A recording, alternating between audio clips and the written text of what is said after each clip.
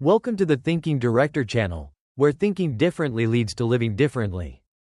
There's a truth most people only realize halfway through life. Money is not the final destination. It's just a tool, a means to create the life you want. And yet, ironically, most of us spend our entire lives working just to pay the bills. So let me ask you this. If tomorrow you woke up and didn't have to worry about rent, car payments, or utility bills, what would you do with your day? Would you still keep your current job because you love it, or because it's the only source of income you have? Financial independence is more than just a number in your bank account. It's a state of mind. It's the freedom to say yes to what truly matters and no to what doesn't. And here's the good news. You don't need to win the lottery or inherit a fortune to get there. What you need is a map, a way of thinking, a way of acting. Think of it like sailing. You can't control the wind, but you can adjust your sails. The adjustments you make today will determine where you land tomorrow.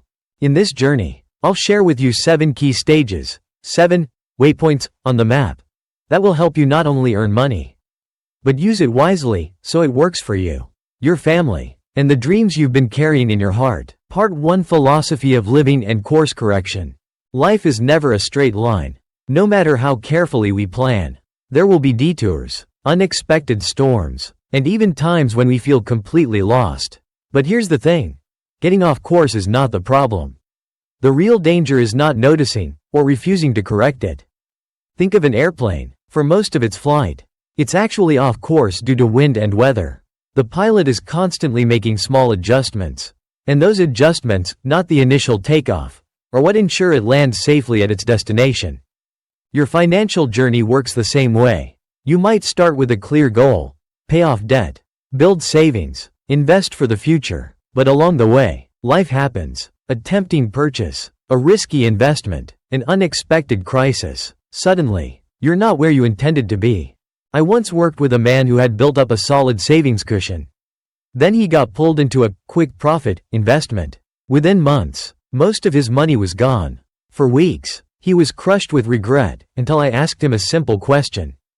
If you could still do better from this point forward, would you start again? That moment changed everything for him. He realized failure wasn't the end, it was just a detour. He cut unnecessary expenses, went back to the basics of investing, and sought guidance from someone he trusted. 3 years later, not only had he recovered his losses, but his assets had doubled. Getting back on track doesn't require overhauling your life overnight. Sometimes, it's just small, consistent adjustments, like turning the steering wheel a few degrees. Over time, those tiny shifts add up to big results. One way to avoid drifting too far is to check your coordinates regularly. Review your spending at the end of each month. Revisit your financial goals every quarter. Ask yourself at least once a year, are my actions still leading me where I want to go?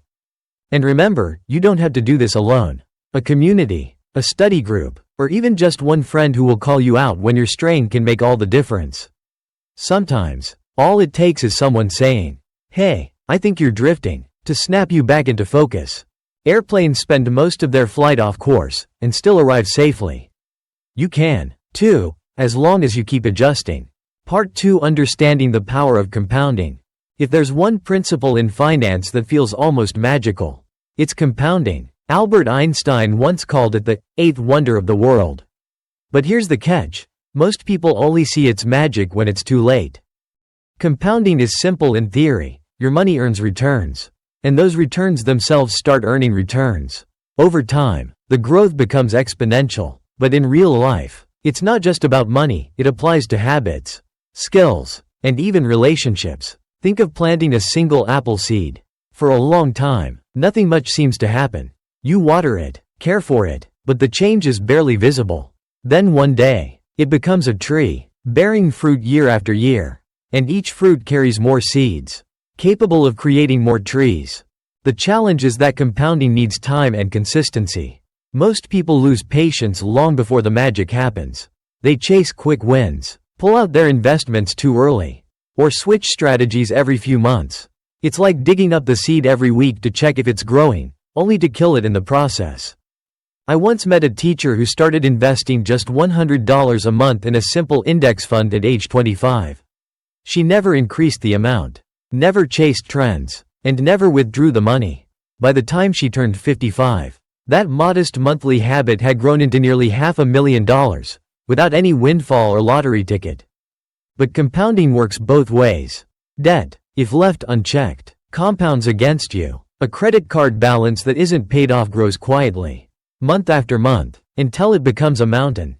That's why understanding compounding is not just about making it work for you. It's also about preventing it from working against you. Here's the takeaway: start early, be consistent, and resist the temptation to interrupt the process. Whether it's saving money, building a skill, or nurturing a relationship, the sooner you start and the longer you stick with it, the more powerful the results will be. Because compounding isn't about doing something big once, it's about doing something small, over and over, until it becomes unstoppable. Part 3: Living below your means. In a world obsessed with showing off success, living below your means almost feels rebellious. But it's also one of the most powerful financial principles you can adopt. Living below your means doesn't mean living miserably. It means choosing to spend less than you earn so you have the freedom to direct your money toward what truly matters: freedom, security, and opportunities. The problem is, lifestyle inflation creeps in quietly. You get a raise, and suddenly your needs expand. The car gets an upgrade. The vacations get fancier. The gadgets multiply. Before you know it, your expenses have caught up with, or even surpassed, your income. And the worst part? You don't even feel richer. I once worked with a young couple who earned a combined $120 a year. On paper, they should have been able to save thousands each month. But when we looked at their finances, they were living paycheck to paycheck. Why? Because every time their income increased, so did their spending: new furniture, bigger TV, pricier nights out. When they finally decided to reverse course, they made a rule: every time their income went up, they would keep their lifestyle exactly the same for at least 1 year, putting the extra money toward debt repayment and investments. Within 3 years, they had cleared all their debt and built an emergency fund that gave them real peace of mind. Living below your means isn't about deprivation, it's about intentionality. It's about asking yourself, do I really need this? Or am I just trying to keep up with someone else's idea of success? Here's a simple test. If you suddenly lost 20% of your income tomorrow, could you still live comfortably without going into debt? If the answer is no, your lifestyle might be too fragile. True wealth isn't measured by what you spend, it's measured by what you keep and how effectively you use it. And when you live below your means, you're not just saving money, you're buying yourself flexibility, security, and the ability to say yes to opportunities without fear. Because at the end of the day, freedom isn't about having everything, it's about needing less. Part 4: Avoiding bad debt. Debt, in itself, is not evil. In fact, used wisely, it can be a powerful tool. But there's a sharp line between debt that builds your future and debt that quietly destroys it. Bad debt is the kind that takes money out of your pocket without giving you anything of lasting value in return. Credit cards maxed out for impulse purchases, payday loans with crippling interest rates, financing for items that lose value the moment you walk out of the store. These are traps, and the cost isn't just financial. It's emotional. I once met a man who carried $18 in credit card debt. For years, he paid only the minimum balance each month, thinking he was managing it. But with interest rates above 20%, his debt was compounding against him faster than he could pay it down. When we calculated it, he realized that if he continued at his current pace, it would take him over 20 years to be free of that debt, and cost him more than double the original amount. Breaking free from bad debt often requires a mindset shift. Instead of asking, "Can I afford the monthly payment?" ask, "Is this worth the total cost, including interest?" When you start seeing the true price tag, not just the price in the store, you begin making very different decisions. Of course, emergencies happen. Sometimes debt is unavoidable in the short term. But that's exactly why having an emergency fund is so important. It's your shield against falling into predatory debt traps when life throws you a curveball. One practical strategy is the debt snowball. Pay off your smallest debt first. Then roll that payment into the next smallest. And so on. The momentum builds. And so does your confidence. Bad debt keeps you working for the past. Good money habits free you to work for the future. The sooner you cut the chains of toxic debt, the sooner you'll find yourself able to move toward the life you actually want, without dragging yesterday's mistakes behind you. Part 5: The 70-10-10-10 Formula. When it comes to managing money, many people immediately think of complicated plans and endless spreadsheets. But one of the most effective financial formulas I've ever learned is surprisingly simple. 70-10-10-10. The idea is straightforward. If you divide your income into clear percentages the moment you receive it, you'll never find yourself saying, "There's nothing left to invest at the end of the month." The breakdown: 70% for living expenses, housing, food, transportation, insurance, entertainment, everything you need to live your daily life. 10% for charity or community giving. Not only does this create a positive impact for others, but it also reminds you that money is a tool for creating value, not just consumption. 10% for active capital, money you use to actively create more income, starting a business, launching a side hustle, buying and selling products, anything you directly participate in. 10% for passive capital, money you put into investments that work without your constant involvement, stocks, mutual funds, bonds, rental properties. Sounds simple, right? The challenge is discipline. Many people say, "I can't set aside 30% for investing and giving right now." If that's you, start with the 9-7-1-1-1 version. That's just 1% for each investment and giving category, and 97% for expenses. It's not about the amount, it's about building the habit. As your income grows, gradually increase the percentages. I once met a couple in Texas who started their marriage earning a combined $3 a month. They began with 9-7-1-1-1. 5 years later, their income doubled, so they shifted to 8-5-5-5-5. By their 10th anniversary, they were living by the full 70-10-10-10 formula. Today, their passive capital covers all of their monthly living expenses, essentially giving them financial freedom. This formula isn't magic, but it's simple, sustainable, and works over time. Just like exercise, results don't come from one intense workout, but from consistent, daily practice. If you're wondering where to start with money management, try splitting your income this way starting this month. A year from now, you might be surprised by how much more control and confidence you have over your finances. Part 6: Invest in yourself. There's one type of asset that can't crash in a market downturn, can't be eaten away by inflation, and can't be taken from you, yourself. People often ask me, what's the best investment with the highest return? They expect me to say stocks, real estate, or some new investment trend. But my answer is always the same: invest in yourself. The skills you learn, the knowledge you gain, and the vision you expand, these are returns that will stay with you for life. Think about it. A $20 book could contain an idea worth $20 to you. A course costing a few $100s could open a career opportunity worth hundreds of thousands. Sadly, many people will gladly spend thousands on a new phone but hesitate to spend a few hundred on a course or seminar. As a result, their devices keep upgrading, but they themselves remain the same version they were years ago. I once met a man in California who worked in auto repair. He only knew basic skills and earned just enough to get by. One day, he decided to take a course on electric vehicle technology.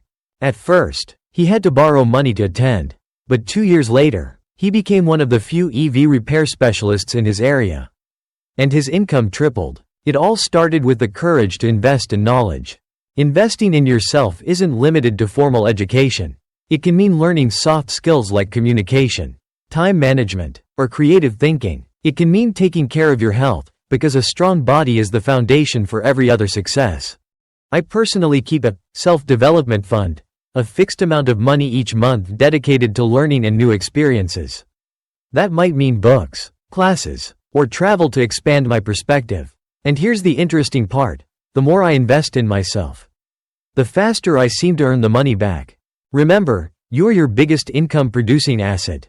Machines need maintenance, software needs updates, and people do too. If you don't upgrade, the world will pass you by. But if you keep growing, you'll always be in a position to catch opportunities. So before you focus on making your money work for you, make sure you, the one directing that money, are at your very best. Part 7: Helping others. Here's a paradox in finance: the more you give, the richer you become, not just financially, but emotionally. Truly wealthy people understand that the greatest value of money is not in hoarding it, but in using it to create impact. Helping others doesn't have to mean building schools or starting a foundation. Sometimes, it's paying a small tuition fee for a struggling student, buying a warm meal for someone on the street, or spending a few hours sharing your expertise with kids who have big dreams. I'll never forget a story about a woman in New York. Every morning on her way to work, she would buy an extra coffee and pastry for a homeless man near the subway. At first, it was just a small habit, but years later, she received a handwritten letter from him. He wrote that her small gifts and friendly conversations made him feel human again, and gave him enough motivation to find work and rebuild his life. What I learned from that story is this: money can create opportunities, but kindness is what transforms people. When you help someone rise, you're not just changing their life, you're creating a ripple effect of value. Another hidden benefit: giving changes your relationship with money. You stop clinging to it and start seeing it as a flow. If you can give, it means you already have enough. And strangely, that mindset of abundance tends to open more doors for you. I often encourage students to create a giving fund, even if it's just 1% of their income. The amount isn't what matters, it's the awareness that your money can bring good into someone else's life. When giving becomes part of your lifestyle, you'll find yourself richer in both spirit and wallet. So when you think about wealth, don't just think about the number you can accumulate. Think about the number of people you can help and the lives you can touch. Because in the end, our greatest legacy isn't the assets we leave behind, but the impact we make on the world. Conclusion: if you notice, these 7 parts we've covered aren't just money tips. They're a way of life, a philosophy, a perspective on wealth that goes far beyond the numbers in your account. Money is a tool, powerful, but neutral. It doesn't define who you are. What defines you is how you earn it, how you manage it, and how you use it to create the life you want. And along the way, discipline, learning, adjusting, and sharing are the pillars that keep you steady. You might not be financially free yet, but what matters is that today, you now have a map. And every step you take, no matter how small, brings you closer to your desired destination. No one builds lasting wealth overnight. It's the result of thousands of small, repeated choices over many years. If you stay consistent, there will come a day when you realize you're not only wealthier, but also freer and happier. Because in the end, money only matters when it gives you the freedom to live the life you choose.